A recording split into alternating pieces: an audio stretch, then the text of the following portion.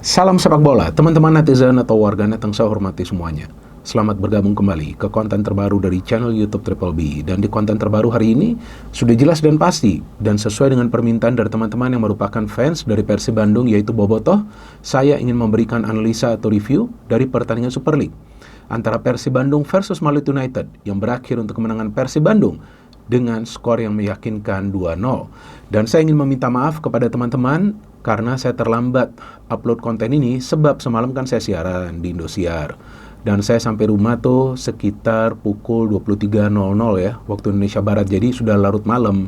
Capek lah, gak mungkin saya langsung buat kontennya. Walaupun saya banyak sekali terima DM dari teman-teman agar saya langsung membuat kontennya. Dan pagi hari ini saya harus fisioterapi dulu karena bahu saya lagi cedera nih, sudah hampir sebulan. Tapi sejak semalam mulai mendingan. Apa mungkin karena Persib menang? Ya gak ada hubungannya lah. Saya kan bukan Bobotoh. Tapi di belakang kamera ini, yaitu ibu negara, dia memang Bobotoh dan anak saya Jas juga Bobotoh. Bahkan mereka sudah buat channel sendiri kan, yang namanya Keluarga Triple B. Dan mereka di channel tersebut hanya akan membahas tentu Persib Bandung, kemudian Timnas Indonesia dan Manchester United. Nah, yang di belakang kamera ini mau ngomong. Oke, mau ngomong apa kamu? Terus vlognya juga. Vlog juga nanti kamu mau buat? Ya, Oke. bikin Nah, kan vlog.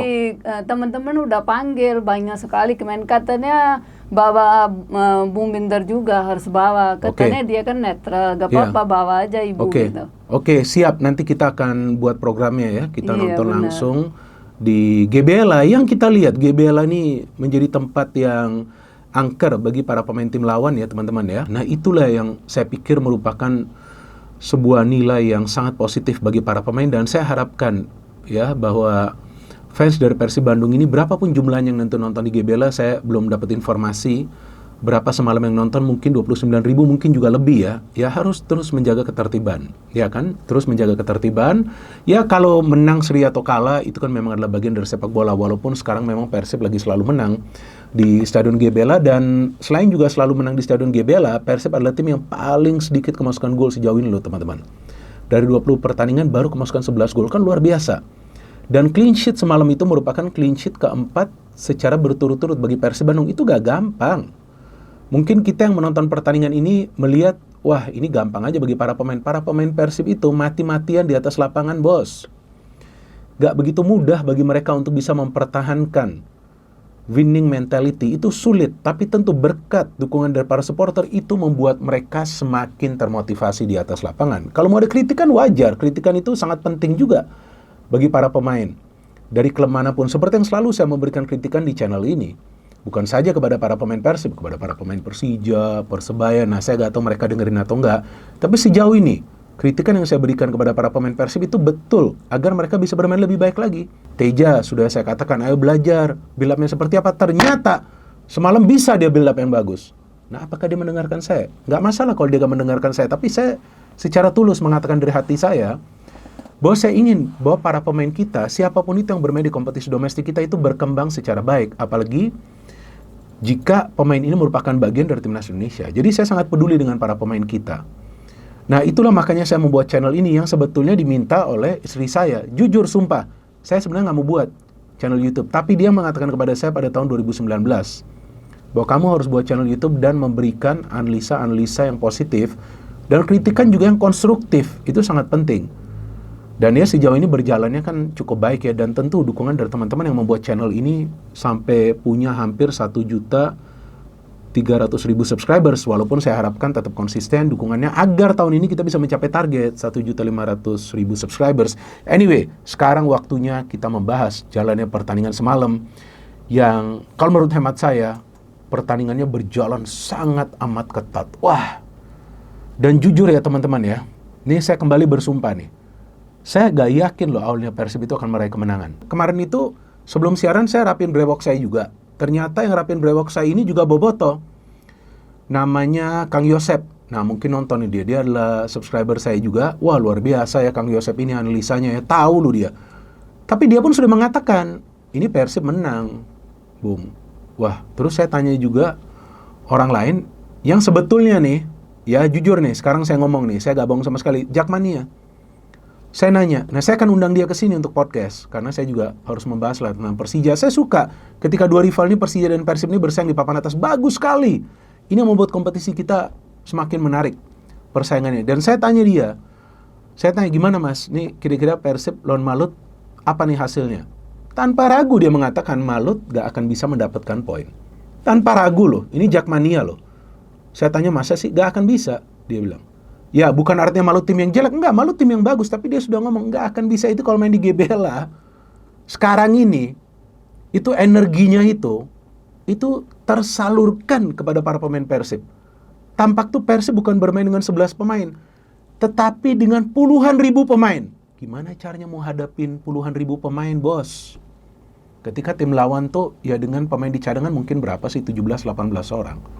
Tapi ini puluhan ribu orang yang harus dihadapi oleh para pemain tim lawan.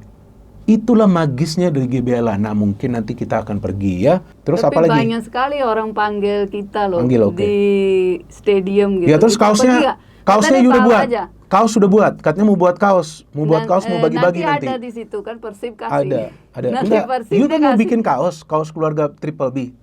Nanti kita mau bagi-bagi. Oke. Iya, kalau beras enggak? Beras untuk kita. Ya kan, karena kita bahas Persib, beras kita semakin menumpuk nih. Enggak, ini saya bilang sama teman-teman di channel ini juga. Okay. Jadi, ayo dong banyak sekali nonton, terus share video kita, terus like juga gitu. Kalau subscriber mungkin udah cukup lah gitu. Tapi, ayo dong jadi ramekan video kita ya, yang kemarin kita bahas ya, teman-teman.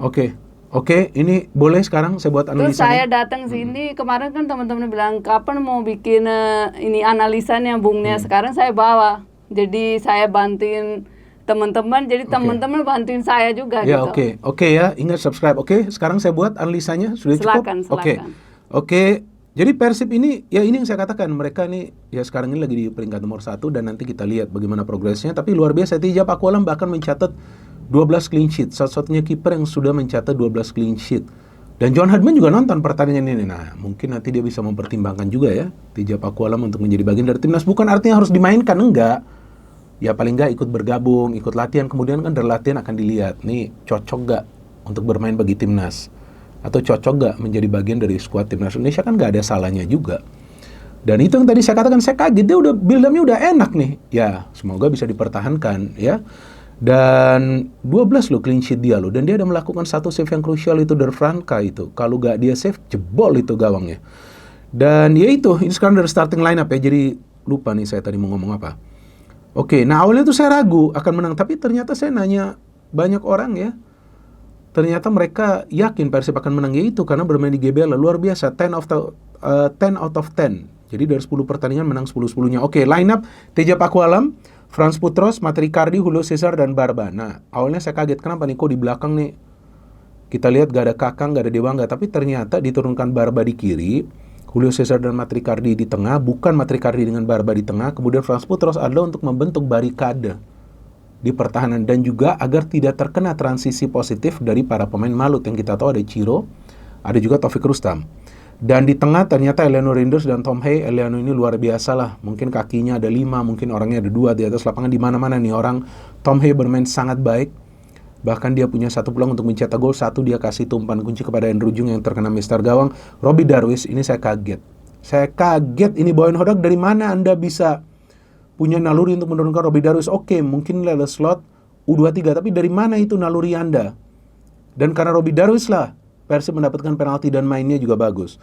Adam Alis, Beckham Putra, dan juga William Barros sebagai striker palsu. Memang sebagai striker palsu dia gak berjalan, gak bisa mencetak gol, gak bisa memberikan assist, dan tidak banyak umpan kunci, tapi secara etos kerja bagus. Artinya nih gak lama lagi nanti William akan bermain di kanan mungkin ya. Dan Sergio Castel bermain sebagai striker, dia sudah hadir juga di stadion kan. Dan dari Malut United saya agak bingung dan saya belum mendapatkan informasi kenapa Sauri bersaudara tidak dimainkan. Bahkan kalau gak salah gak dibawa juga nih, gak ada di bangku cadangan juga. Jadi artinya yang diturunkan adalah David da Silva, Taufik Rustam, Ciro Alves. David dan Ciro gak berkutik ya sama sekali ya. Nah banyak juga saya baca itu komentar bahwa David dan Ciro takut bermain di Bandung sehingga mereka gak mau main. Nah itu pemikiran yang keliru dan itu pemikiran yang bodoh.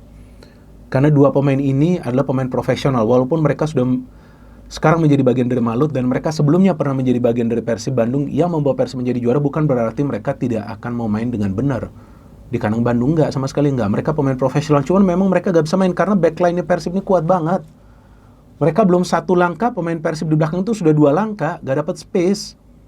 Dikawal ketat mereka. Jadi tolonglah narasi-narasi seperti itu jangan dibuat. Itu untuk membodohi masyarakat kita. Terus ada Rido Syuhada, ada Anggulo, ada Manahati Lestusen, ada Igor. Karena saya kesel banget baca-baca seperti ituan. Terus ada Nilsson, ada Gustavo Franca, ada Safruddin Tahar, dan juga Alan. Sayangnya Alan nggak bisa full match ya, 90 menit. Ternyata Angga Saputra yang dimainkan. Dan juga sekarang banyak narasi soal inilah, soal itulah, itu diamin aja lah. Ya, mungkin ada orang yang kurang kerjaan jadi dia bikin narasi-narasi yang aneh. Tapi kita fokus saja pada kompetisi kita yang sekarang mulai baik. Oke, dari jalannya pertandingan. Nah ini, karena Malutnya memang nggak mau nyerang dulu, bahaya lah nyerang di Persib kan. Mereka bermain compact defense dan counter, dan itu juga salah satu strategi dari Henry Susilo. Jadi Bojan dengan Henry ini kurang lebih mirip lah strateginya, pragmatis. Main compact football, main counter attack.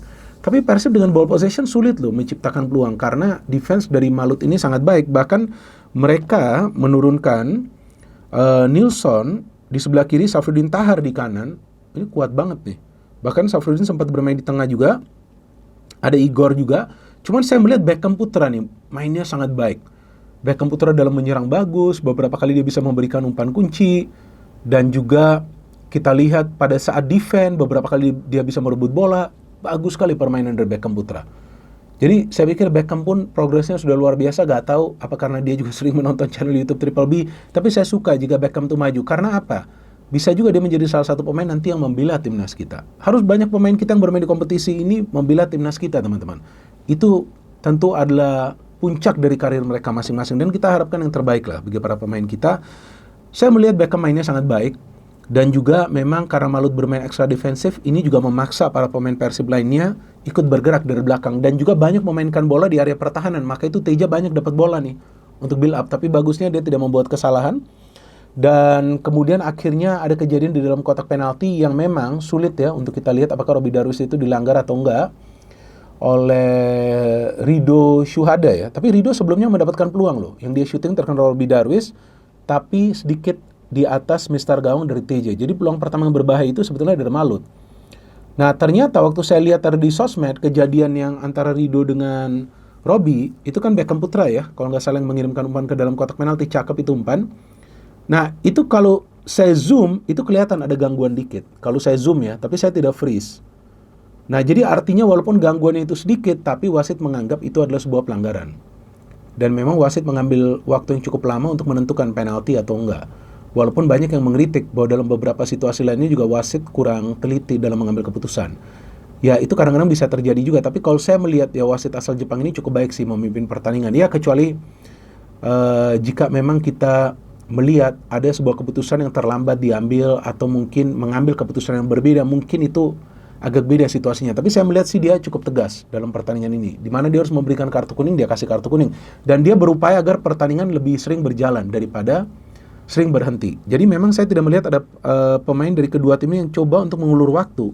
Apalagi dari Persib. Saya ingat tuh di babak kedua, Julio Cesar atau Mat Ricardi itu yang jatuh, akhirnya diminta untuk bangkit cepat tuh oleh Eleanor Rinders. Untuk udah bangun aja, lanjut. Nah itu sportifnya luar biasa tuh, para pemain Persib.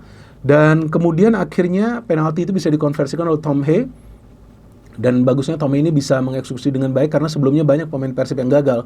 Terakhir kan Andrew Jung ya yang gagal ya untuk mencetak gol dari penalti. Dia syutingnya lurus ke tengah sangat baik. Nah, tapi setelah tertinggal 1-0 baru Malut mulai keluar menyerang. Tapi gak bisa.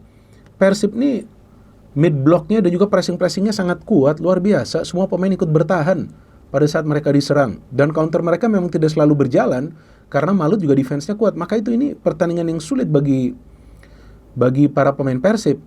Dan kemudian saya melihat bahwa di babak kedua ini kan Andrew Jung masuk ya. Ini juga pilihan yang baik ya. Mengeluarkan Robby Darwish, artinya William Barros pindah ke sebelah kanan. Kemudian kita lihat di sini Bergwinho masuk ya.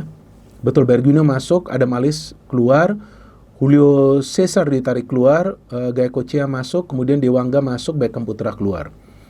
Nah, saya melihat taktiknya berbeda dari Persib di babak kedua. Seperti biasa nih, Bojan kalau sudah timnya unggul akan minta para pemainnya defend, fokus mempertahankan keunggulan tapi main counter. Sebaliknya Malut keluar menyerang, ball possession mereka lebih tinggi di babak kedua dan mereka sangat baik menerapkan perangkap offside.